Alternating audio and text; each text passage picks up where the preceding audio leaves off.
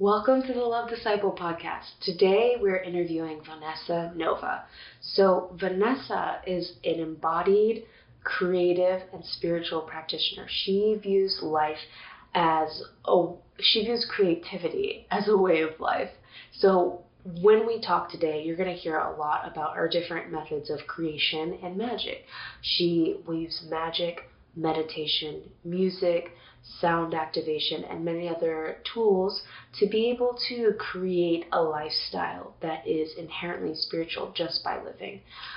As a creative myself, I find Vanessa's work to be really, really important and inspiring. So I'm excited to dive into today's conversation.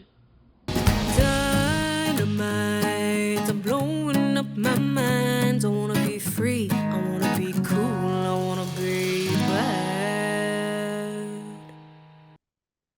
Okay, hello, welcome everybody. Welcome Vanessa Nova. It's absolute pleasure to have you today. You're in Hawaii right now, correct?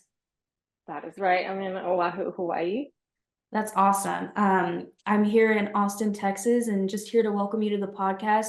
And to kick things off, I was hoping that you could share a little bit about you and so that we can get to know a little bit more about what it is you do.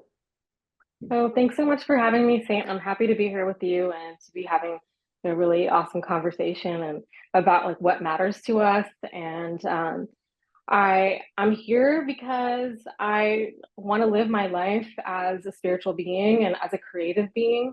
And I think those two things are really intertwined. I'm a healer and an artist and an experimenter and a creator. And I think that at this point in my life, I'm just really excited about weaving together all of the different paths and the different lifetimes that I've lived into, the fabric of my being and my living. And we can talk about that more, but there's just a lot of different pieces that I've kind of focused on over my life, and they're all coming together in a really beautiful way at this point, and that feels really good to me.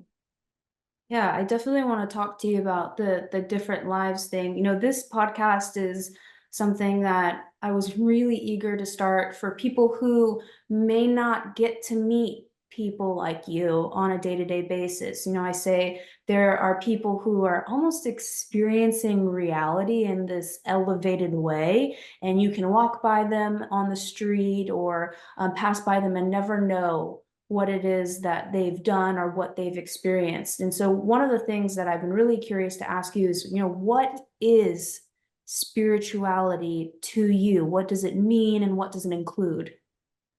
Hmm. Yeah, it's such a simple thing, but it's also something that you could explain or study or research for a lifetime. And really, that's what I'm doing. I think that the main thing to contemplate here is that we are spiritual beings. We are physical beings as well. And so I think, something that happens that I've seen being a spiritual practitioner, a healer for, 15, 20 years now, is that like there's tends to be sort of this pendulum swing. Like you can be either, really secular and not spiritual and basically just like living this life of materialism, and all that matters is your bills and your job and what car you drive and who you're dating, and that is one end of the spectrum. And then the other end of the spectrum, it can actually go too far the other way, where it's like, oh, I'm this spiritual being and I'm meditating in a cave, and then you're not taking care of your body and you're not living life to the fullest. It's just like so like ascetic is the word, where it's just like you're so far removed.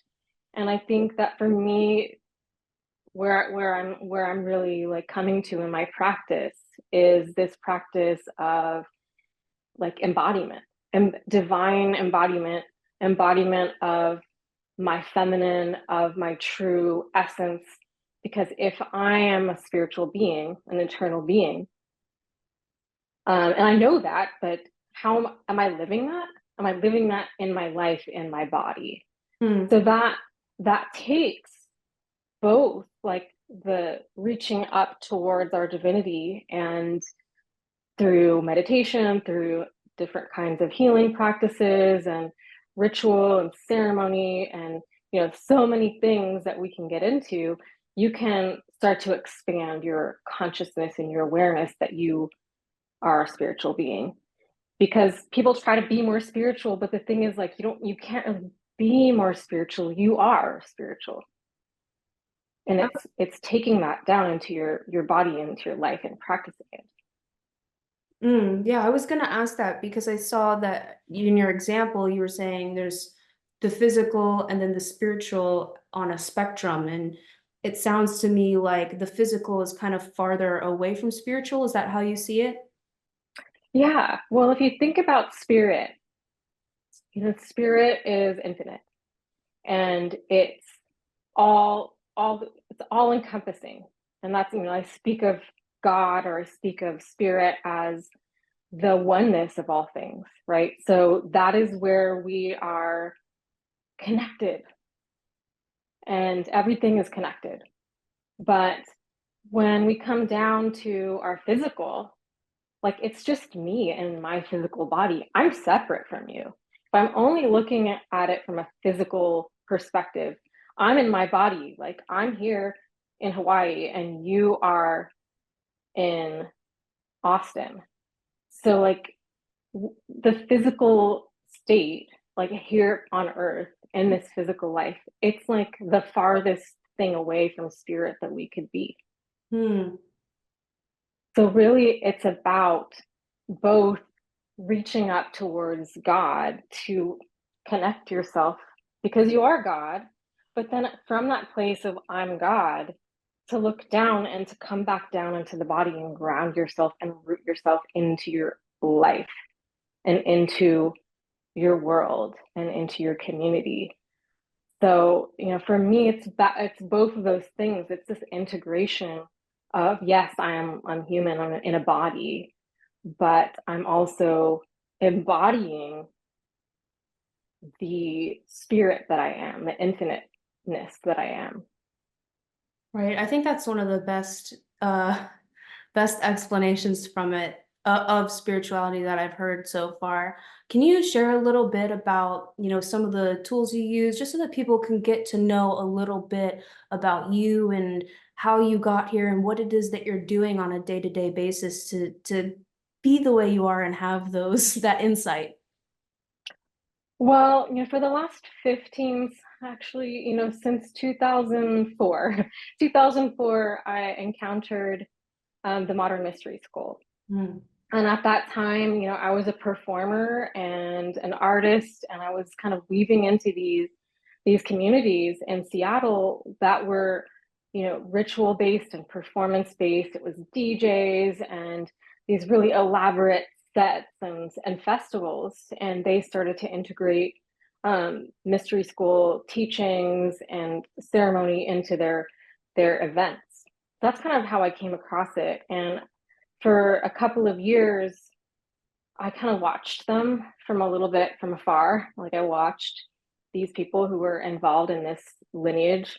And, I didn't really dip my toe in. I wasn't ready to experience that. But after a couple of years, kind of I noticed something, and you said it earlier in the introduction, that I was watching these people, and the way that they were showing up in life and in reality, like engaging with it, was different. There was something about how they were showing up in the world that was sparkly, or I really couldn't explain it. And so that really intrigued me. And so from there, I, really kind of let go of my ego and said, okay, I really want to know what this is all about.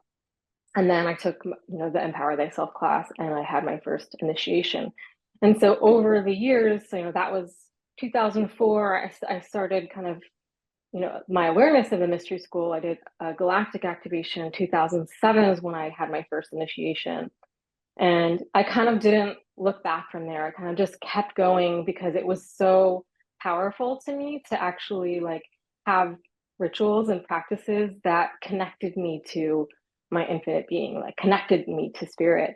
So that really took me very, very far. And around, I'd say probably like 2009, 10, 11, around there, I started being really curious about the feminine and goddess work and what does it mean to be in your feminine. So I actually started to learn about feminine embodiment practices, and I learned about being inside your body and sensing and being with your emotions and moving through that. And it was a really blissful practice. And it made me feel so at one with nature and the universe in a way that, like, the mystery school work also did. Like poems would just come out of me, or I would just like dance ecstatically for, and then come out of it and be like in love with the trees. And it was like these sort of ecstatic states that I've only experienced on psychedelics. And it was through working with my body. It was through working with my own energy field. So you felt like a completely different energy. Yes. I mean, I think that, to be honest, like the states that I've reached through, magic and ritual and mystery school practices, I think that they're really honestly quite similar to states of, devotional practice. And then, I would say that for people that have done psychedelics, like, I would say that they're kind of on par in ways. They have different textures.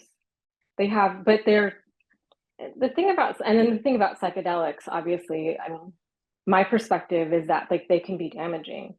They Mhm. can they can create false experiences, false realities. Like, you're perceiving things, you're having an experience, but it's not something that's sustainable. You have to, like, use that substance to get back to that place.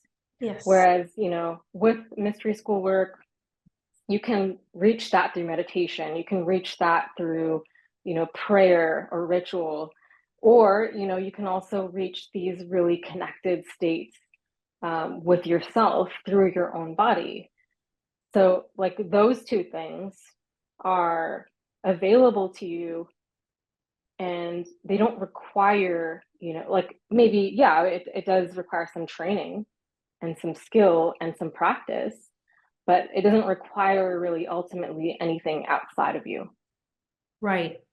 That's definitely a common theme in what I've noticed is everybody who is engaging with their spirit, they have different tools that they use, different paths. And that's one of the things that I love to introduce to people is all of the different thousands of paths and tools that are available to connect you with yourself. And when we were preparing for this, I know you mentioned specifically embodiment and creativity. So would you mind sharing a little bit about how that's manifesting for you today?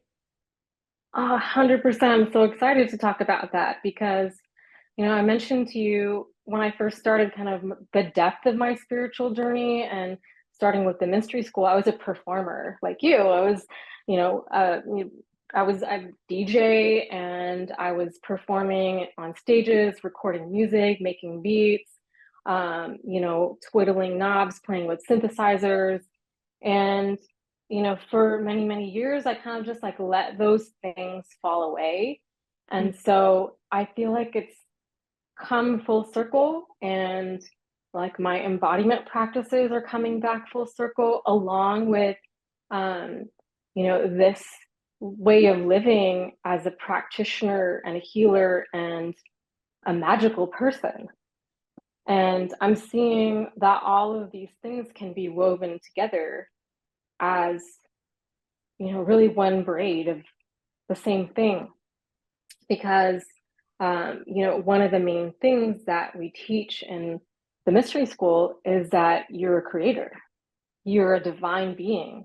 And that was one of the things when I took the first class, Empower Thyself, that really made me feel so at home, is that this life that we have, it's here for us to create. You create your own reality. Yeah, that's like it's something that people, if you go into the spiritual world, you're going to hear that. Yes. But how do you create your reality? That's another question.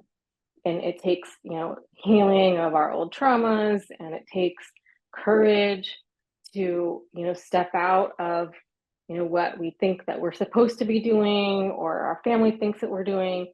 But I feel like creativity, magic, spirituality, art, they're all, they're all a practice, and that you can live your life as a practitioner, as an artist, as as a ritual of life. Like, you can make your music as a devotional prayer to God or yourself.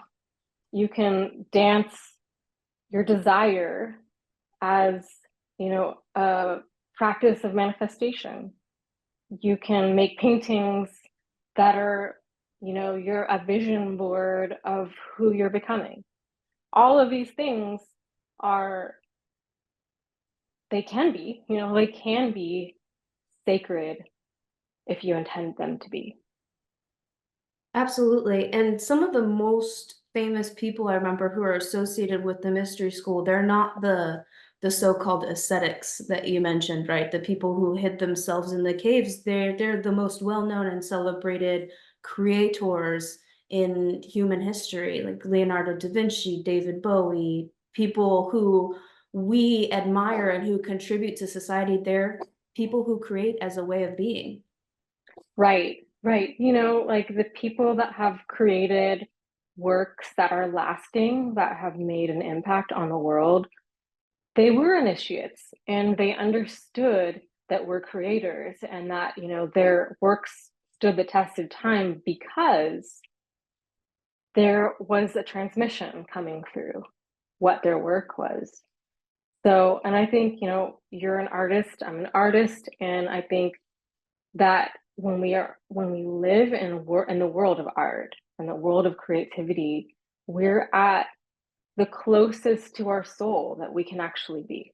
Like, our soul as this place that, we were talking about earlier, that our physical is so far away from the spiritual.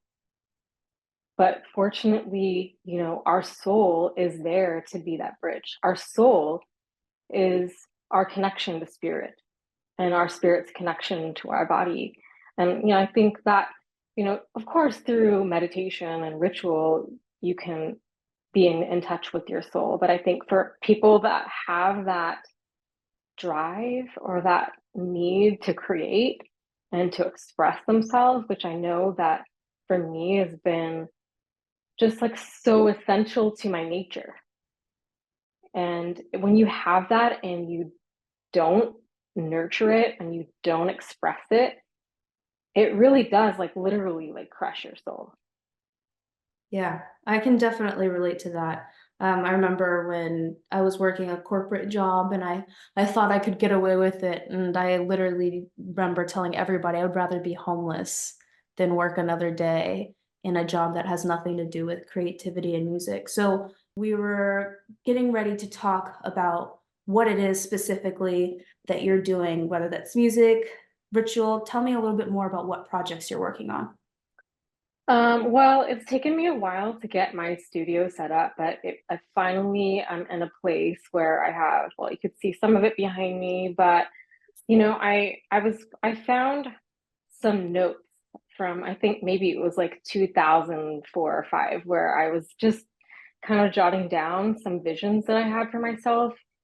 And it was that I wanted to make, electronic music and beats and layer it with crystal bowls and sound healing instruments and, vocal harmonies and all of that stuff.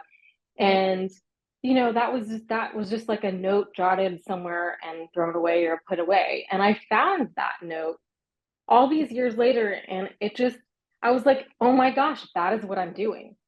That is what I've always wanted to do. And then it's finally come together in a way that, I've been leading meditation for 15 years. And so, I have this, been doing a little bit of like sound healing journey, but ultimately, both live and over live streams and recordings, what I really want to do is create experiences for people to go deep within themselves, and soundscapes. And I'm using crystal bowls and Tibetan bowls, a variety of random instruments. Like I have a glockenspiel that I've had for many years, and I have this.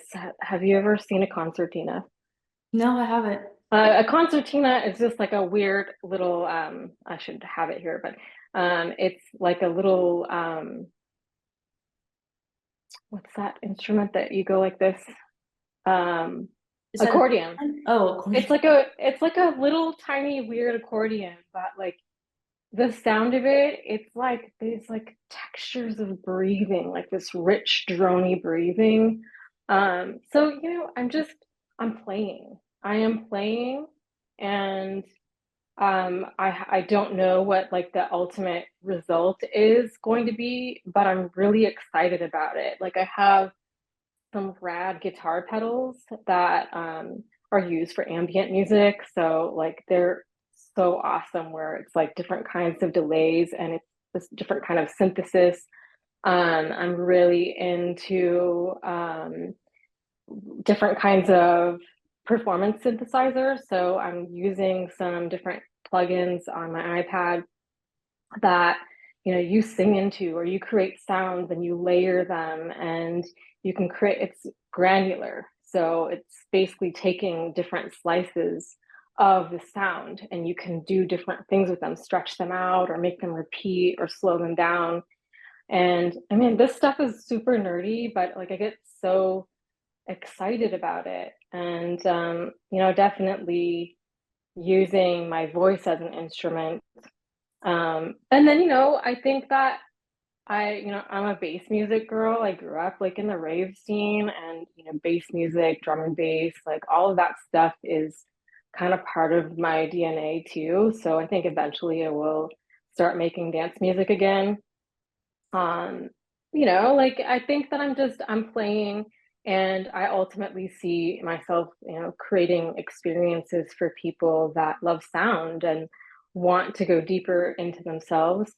A couple other things I'm doing. I am doing a podcast with my friend Vila called The Cosmic Conduit, Mm. and it's about archetypal magic. Oh, wow. It's So we're working with the zodiac. So it's the 12, archetypes that we're familiar with of the zodiac, but not so much as like what's your chart, but learning how to speak this archetypal language and use it in your life to empower you and to grow yourself as a leader. So that's what our podcast is about, and that's been really fun because we just love magic. I love magic, and it's just been a way for us to share our wisdom and our knowledge and apply it in a way that's creative. So we're coming out with a book. Oh, wow. We're working on our book that's going to be not just something that you sit down and read. It's like I kind of wanted to create. I remember when I was young, we had like those activity books where like, maybe there would be a puzzle or there'd be a maze, or then you have to like write some things. And so that's what we're creating, is like playing with the archetypes in a way that you're coloring and you're working with different goddesses, and you're doing deep introspection and contemplation of, where is it that you're stopping yourself, and you're learning about all of these different archetypes that are actually, dimensions of you. So that's something that we're doing as well. Very cool. This is very multi-dimensional. Right. One thing that is really, really important, I think, about why this podcast exists is I want people who may not be familiar with spirituality or the different tools to know that everything that you and I are discussing right now whether it's about music or creating soundable audio recordings, or whether it's about writing a book or creating a podcast.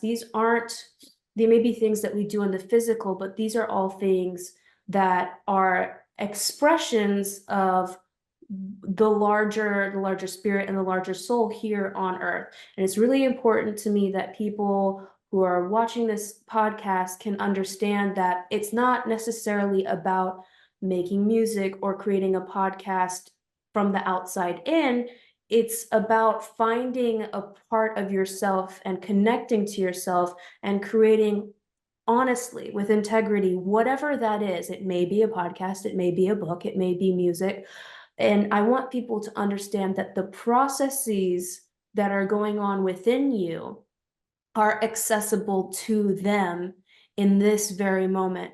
And so what I want to ask of you is a little bit deep maybe than we've been so far, but I'm curious, can you share a little bit about the both the up and the down of the transformation that you've had that has enabled you to have this creative renaissance in your life?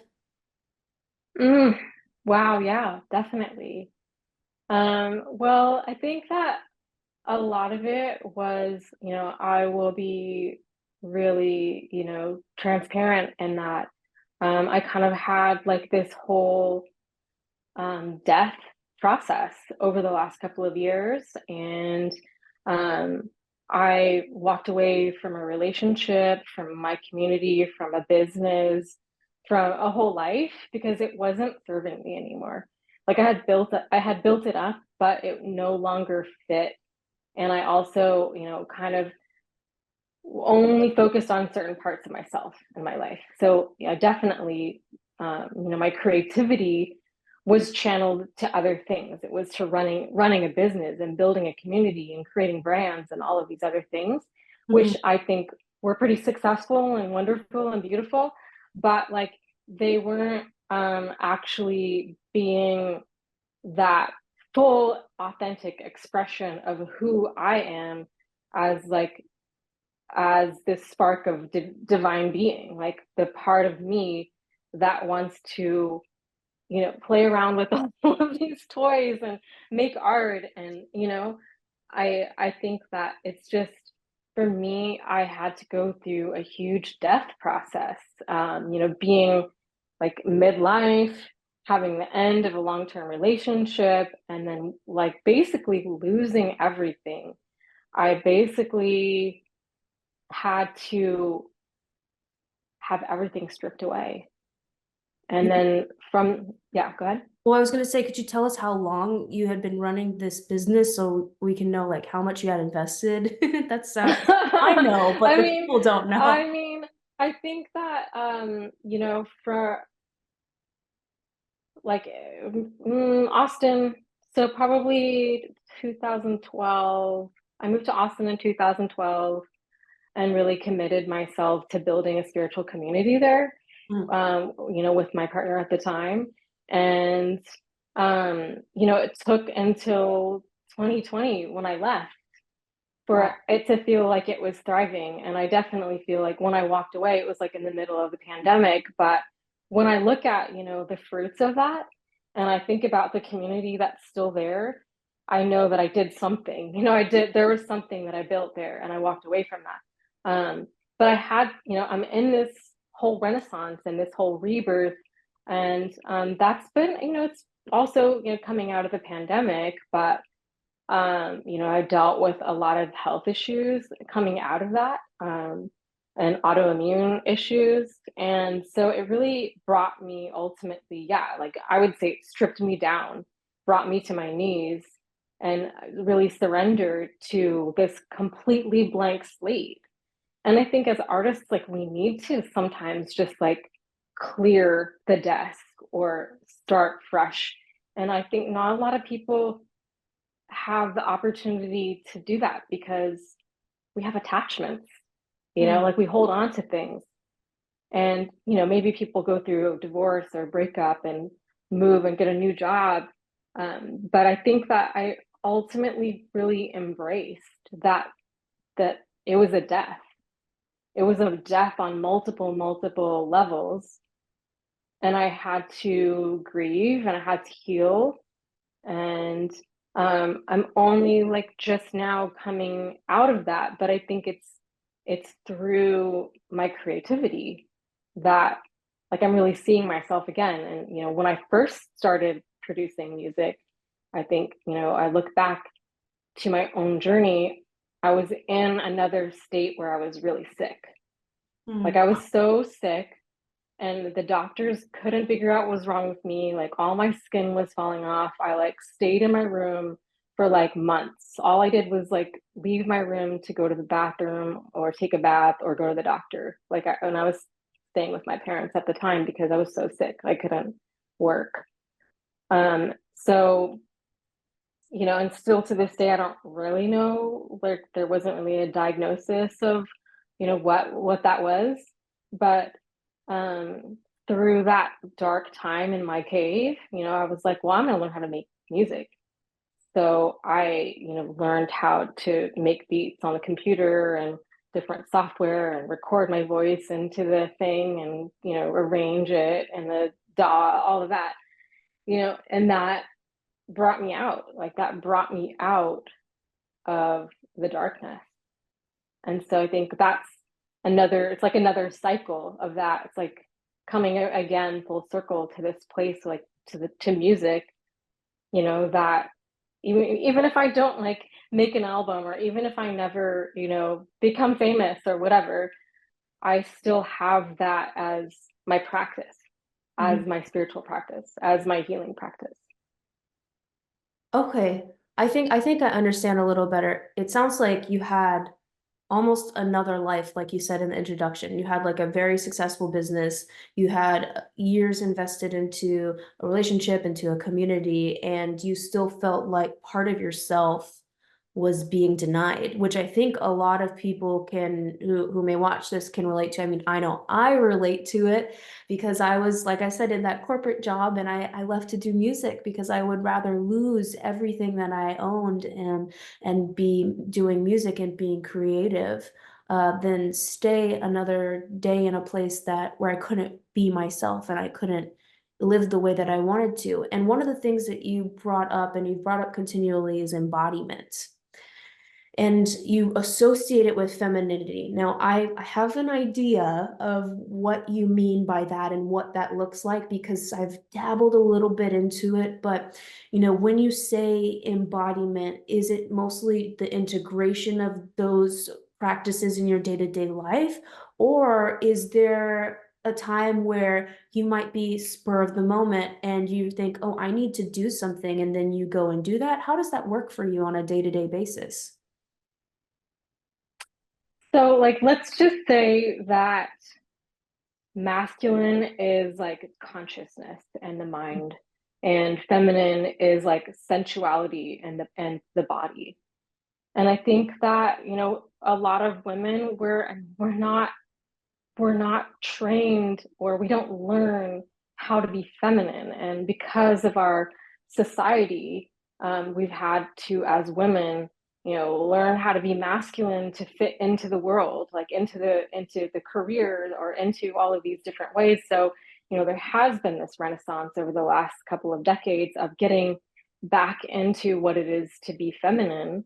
And I think that like, you know, even for you, somebody who's gone to like an Ivy League, you know, it's like we get so mental. And that is where that's where we get stuck. So embodiment practice, specifically feminine embodiment practice, is about being in touch with your body and being in your body. So if you have trauma or if you're just like a little bit too mental or you're leaning into the more like mental place, you know, like the way that you live your life is stuck in your head. Hmm. And, you know, if you have trauma, it's like you can't be in your body because it's not safe to be in your body. So the process of, you know, both healing that trauma and also like doing practices where, you know, you're getting in touch with, um, you know, this is a whole world. It's like a whole world of embodiment and feminine arts, like they're combined, but they're also separate. Mm. Um, and so there's a lot of, there's some teachers out there like that teach these things, like John Wineland and David Data, and one of my teachers, Shamali Arda, like she teaches feminine embodiment. But really, ultimately, what I'm talking about is um, being in tune with and having the sense of your own body. What is it? What's going on inside me? And I think it sounds really simple, but we actually don't have that skill. Like it's actually a skill, and it's called interoception. It's like, Mm. okay, being inside your body, what are you perceiving inside of yourself? And so when you start to do that, I mean, it can be scary because there's all these emotions inside there that we haven't been in touch with. And when Mhm. we store that emotion in our body, like that's when we get sick, Mm. or that's when we explode. So, there's a whole world of embodiment that I'm just beginning to like, that was a world that I lived in fully, and then I kind of veered away from it for many years, and I'm coming back to it. It's kind of like riding a bike for me. Yeah. But I'm remembering, um it's like meditation is one thing, like it's like guiding yourself through a process, or someone else guiding you to be inside your mind, inside your body, and like following a process.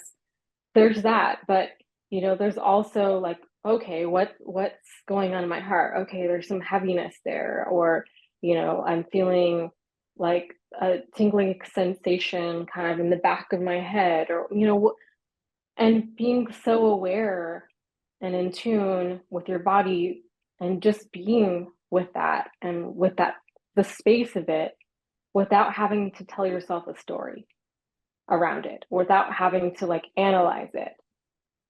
And that's a practice, just as much as meditation is a practice. So there is a whole art to that. And it's something that I'm also really, openly embracing at this point. And also, um something that's really striking me, in my life, just like in this moment right now, is like I really want to become an artist of love. Mm. And that, that is something that can be done like in my partnership with my partner, but also like lived through my music, through my creativity, through like how I'm showing up in the world. And that's a whole other level that I haven't really, that's just like a new opening that I'm experiencing now. It's like, what can it look like if I'm devoting myself to being an artist of love? What does that look like? Right. There's so much when you live your life from within and you create what's within without, there's no there's no set knowledge of what it could look like. Yeah, I think that's the most interesting thing I found about spirituality in general, is that when you're experiencing things, like you said, you're investigating what's within you, and you're creating that outside, whether it's through embodiment or through a creative practice like making music or things like that. There's no roadmap for your destination.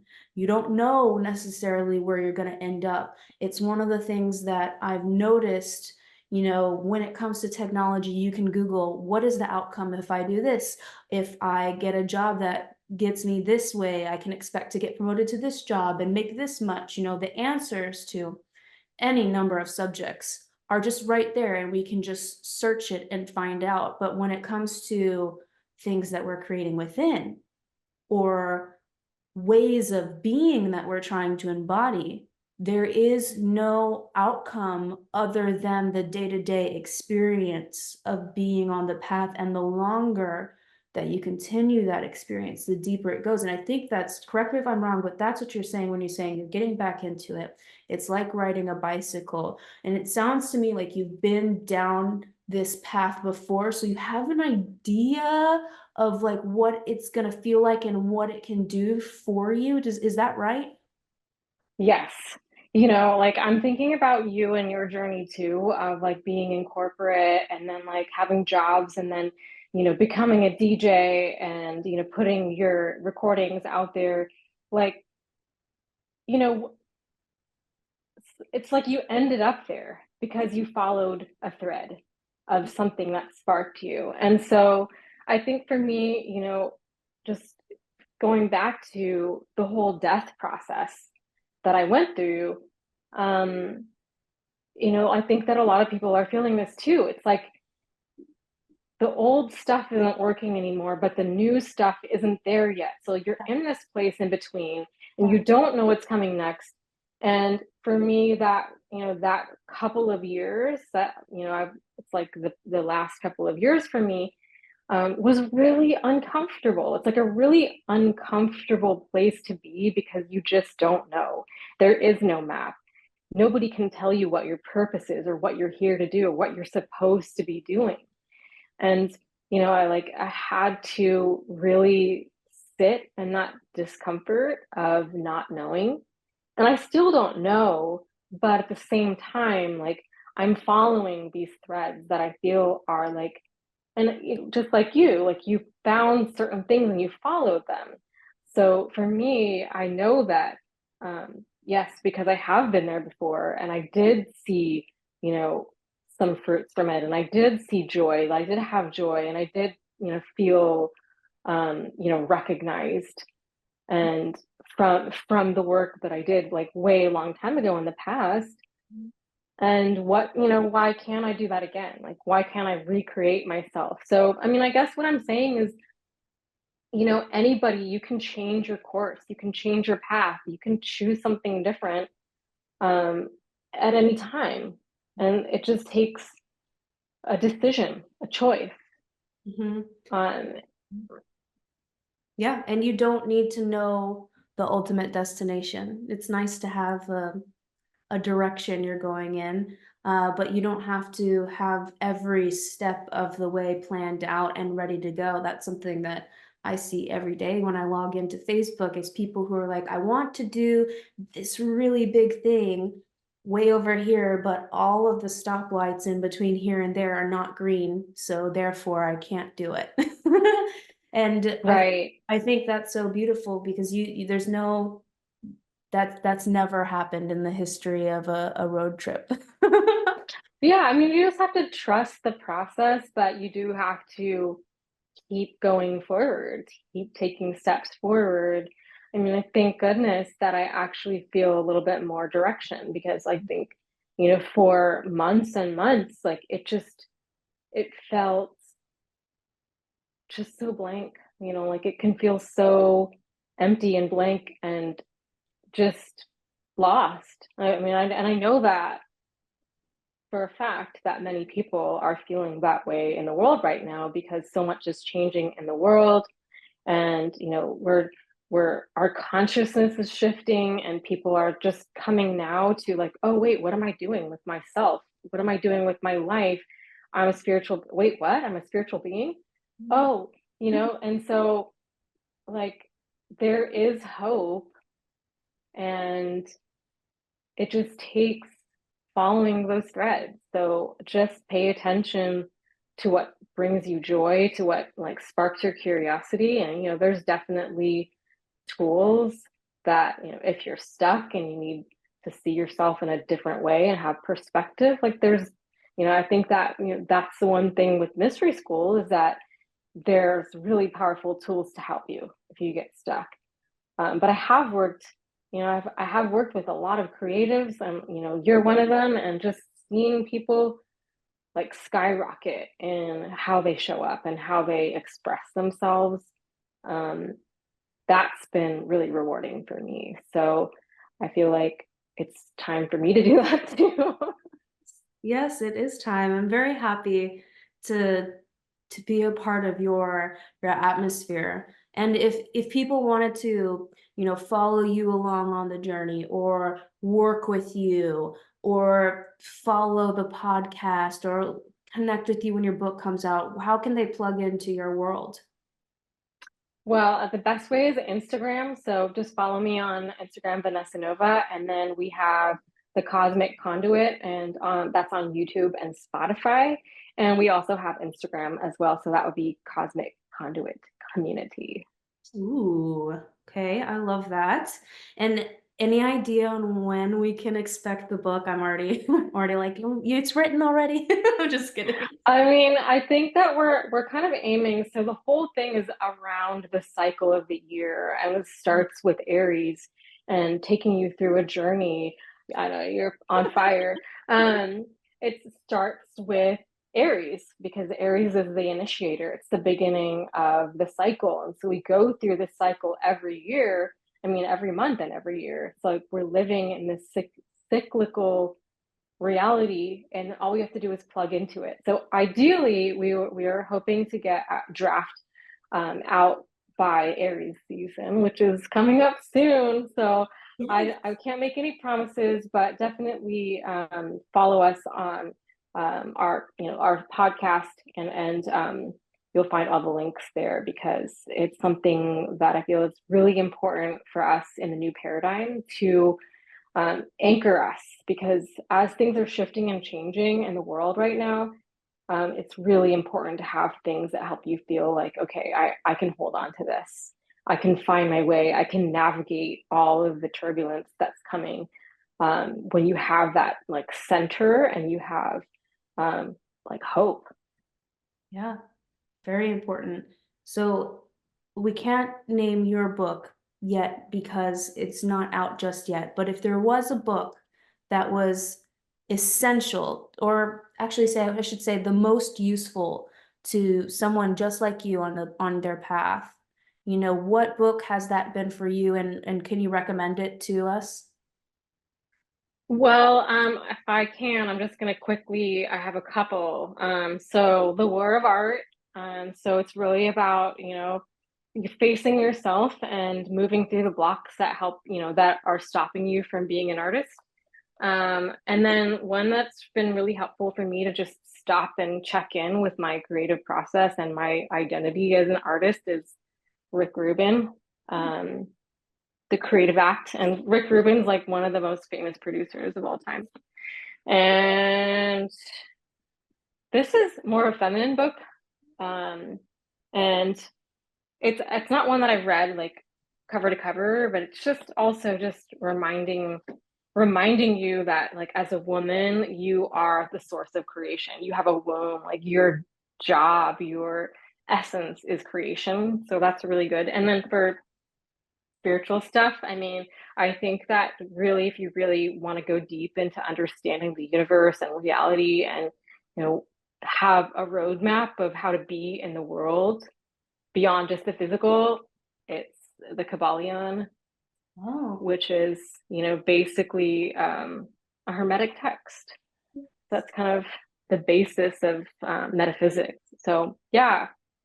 And also just want to add that I remember back to the conversation that one of our first conversations we ever had on the phone, you asked me like, what books should I read? And I said, you know, I think that there's a lot of good books out there, but it's really important because books can only take you so far, and living through experience and learning through experience can take you so much farther than any book can. So I hope you took that to heart as well. I'm here. I'm here. Well, thank you so much for sharing your time with us. It's been really a pleasure to get to know you. I'm sure that people will find so much gold in this, and hopefully we can have you back once the book is out also. Yes, we'd love to join you again. Thanks so much for having me. Thank you.